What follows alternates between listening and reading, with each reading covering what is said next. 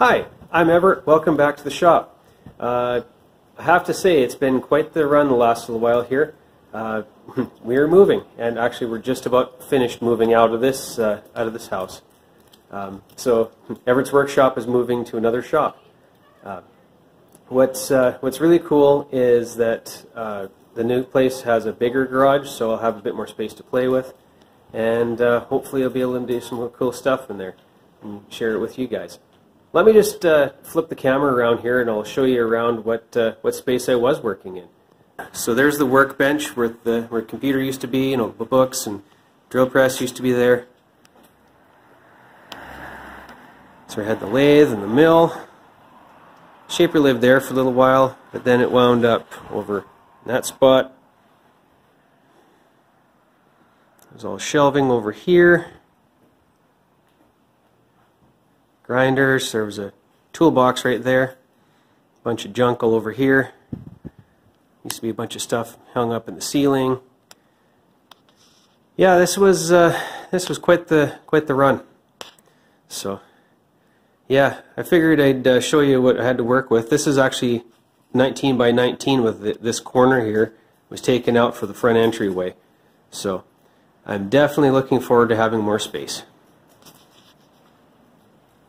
So yeah, that's the old shop. Let's pop over to the new shop and I'll show you where we're at right now.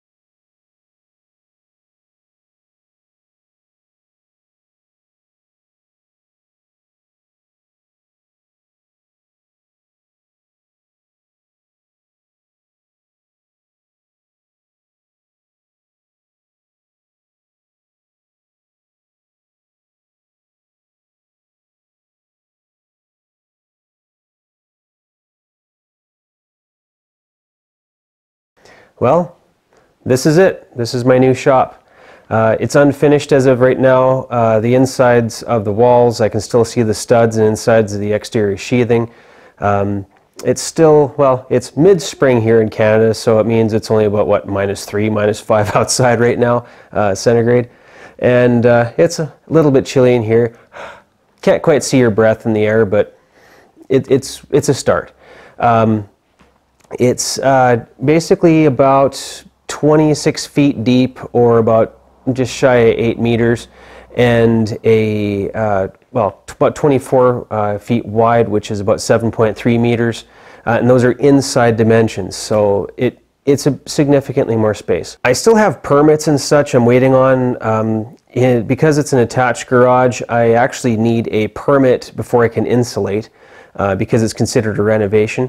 So I'm waiting for my permits for my insulation and being able to finish off the inside walls, as well as for my electrical, because I plan on finishing this place out in conduit, just like my old shop. I think conduit's the way to go for inside of even a home shop. It's safer, easier to, you know where your wires are, and it's easier to fix if you need to. So that's what I have ahead of me now. I know I've been a little bit quiet over the last few months here, videos-wise. I do have footage, even from the fall when I was at the heavy truck shop, from a couple different projects and things I brought home from that.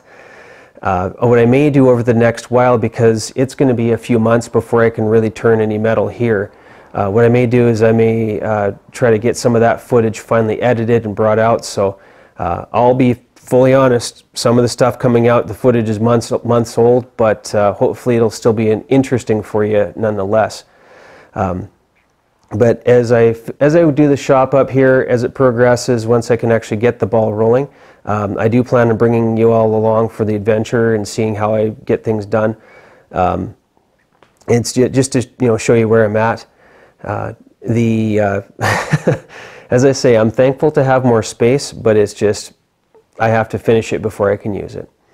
However, one fun thing though is that even though I'm not actually working on metal at the moment, it's still fun to be part of the community. And well, it was a few months ago now actually, I got a fun little box in the mail.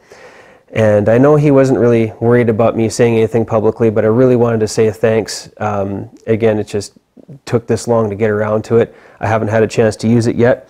I'm still learning how to use it and figuring it out. Yuchol from Woods Creek Workshop, I tell you, the guy's an absolute gem of a guy, very generous.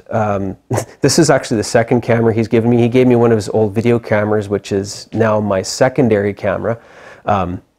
It's my new secondary camera. That was after my one camera met an untimely end due to a long piece of snarly shrapnel off of the lathe the one day. If you want to see a camera die, go watch my bloopers video. But yeah, I've never worked with a GoPro before, so I will admit this is I'm still learning how to use it, still figuring out how the settings work. Other fun stuff like that, but it's a I'm not sure what series it is, but I mean it's got a little remote, and I mean it's just this is cool. Yeah, like I say, I'm still learning how this thing works. So anyway, I know you didn't want me to say anything really that much, Yuchol, but because you're a very humble guy, but dude, thank you very much. You've blessed me a lot over the last while, and I really appreciate it. So I just, yeah. Go check out Yuchol's channel. The link to his channel is in the description. Seriously, it's, yeah, very cool guy. I also got another box in the mail recently, it was about a week or two ago, from Andrew at Evolvent Design. I'll put a link to his channel in the description below as well. He's got some really cool stuff. He's rebuilding some equipment in his shop as well. He's putting together a site for cross-referencing and information about machine oils, which I've been pouring through. It's been very fascinating to learn some of the different equivalents and some of the old terms versus the new terms. And honestly, I want to know this stuff too, because I have old equipment just like a lot of you do. I mean, this thing here is probably about wartime production, given the fasteners and stuff on it, and some of the oils and whatever listed in the original Alba book don't exist anymore. You have to find something similar, right? But he's also got another project on the go dealing with Jacob's chucks. And so I had mentioned I didn't have, well, he got a hold of me a little while ago saying, hey, I got this for you if you'd like it. And I told him, well, those rings are cool. They're a neat idea, but I don't actually have a decent sized Jacob's chuck for one of the bigger machines. He says, well, we can fix that. And he did. So, he, very, very generous dude. He sent me, this is a Jacob's 14N, I believe. Yeah, Jacob's number 14N, as he called it, plucked from the wild. It's got, a little bit of TLC it could use. But yeah, it's got an arbor in it that's going to come out. I mentioned to him that my mill has an R8, and he included an R8 arbor as well. So just have to pop that out and that in once I get this cleaned up. But he also said that, well, tell you what, if you don't have a chuck, you don't have the tool, I'll send you the chuck and the tool. Well, he sent me the drawing and a big lump of aluminum to make the tool out of. So yeah, like I told him, my shop's sort of up on blocks for the next little while. But yeah, I will definitely, once I get the ability to cut material again, I'm going to get back at this and go for it. So thank you, Andrew. That's awesome. Yeah, it's he also threw in another little piece of material here for working with, but yeah, I just want to say, Andrew, thank you very much for the chuck and the plans for the tool and the materials for it and the arbor.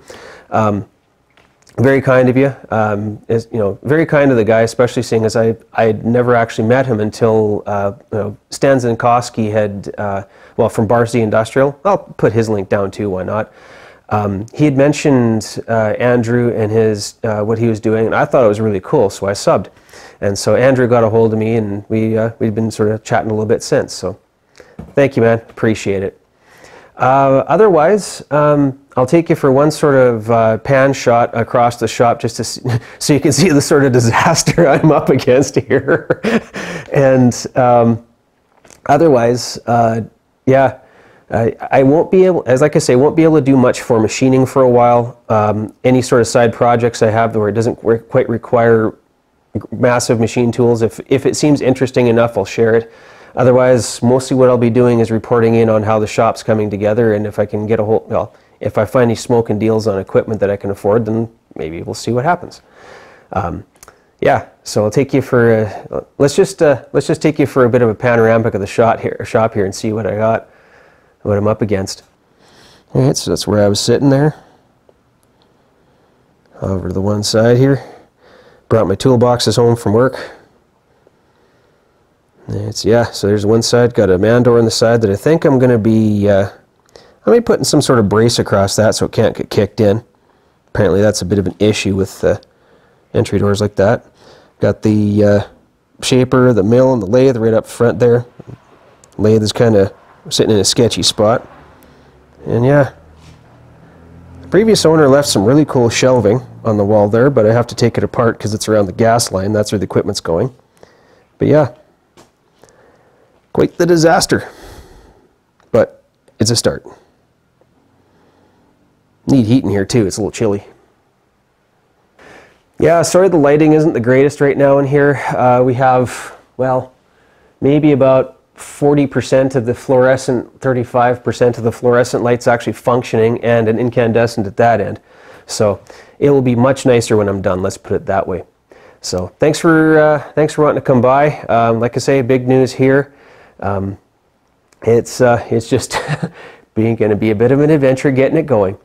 And one other thing before I go, if you haven't been over to Harold's channel, Amateur Redneck Workshop, or ARW, I'll put a link in the description below. He's got a discussion going every Sunday now in the afternoon. It's a really good gathering of hobbyists, and you know, not just in the video portion, but in the chat section as well. Good to catch up with everybody. I look up to everybody there, so honestly, I kind of feel like the the young fella at a group. Let's just put it that way, and a lot to learn from the people who have way more experience than I do. Let's just put it that way. So, if you're interested, pop by. It's a lot of fun. I'm just thankful I get to be involved now. It's, you know, Harold's a really cool guy. So I'll keep you posted what's happening here, and just, yeah, like always, thanks everybody for watching. Thank you for subscribing. Thank you for your patience over the last little while. I realize I haven't gotten a whole lot out lately, so thanks for sticking with me. I'll see you next time.